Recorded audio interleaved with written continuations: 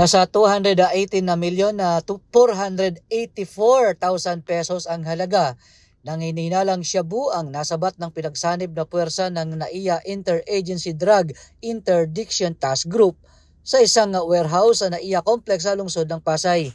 Ayon sa report ng NAIA IADITG, 4 na package na nakadeclare na tambutso galing ng Zimbabwe ang dumating sa Pilipinas nang dumaan sa X-ray machine at physical examination.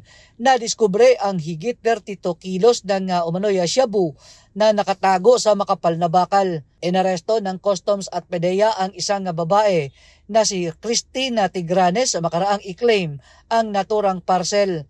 Depensa ng lady claimant, inutusan lang umano siya ng kanyang boss para kunin ang padala. Tinutukoy na ng NAIA IADITG sa kanilang investigasyon ang mga sangkot sa likod ng tangkang pagpasok sa bansa ng mga kontrabando, habang ang babaeng suspect ay maharap naman sa reklamong paglabag sa Republic Act 9165.